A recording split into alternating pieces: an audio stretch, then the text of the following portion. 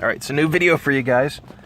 There is a little mod that you can do for your Ford Ranger. There's a 94, and this has a 93 cluster in it.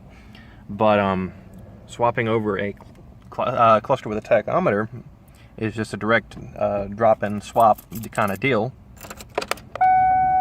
But today, it'll be the adjustment of the tachometer.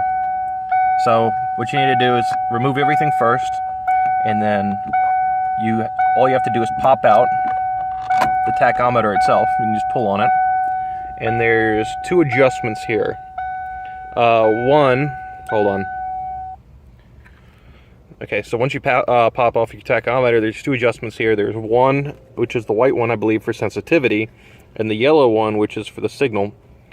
The 6-cylinder had the pot at 12 o'clock, and we had to adjust it to about 4 o'clock, which was maxing it out.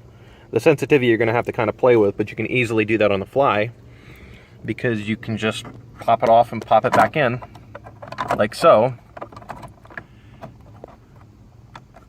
And originally, whenever we did this, it read about 500 RPM whenever you started the truck. Now it reads a solid, probably 800 RPMs.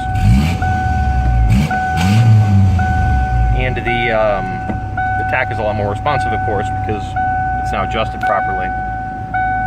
So, just a little quick video on this. Hopefully it'll help you out in the future.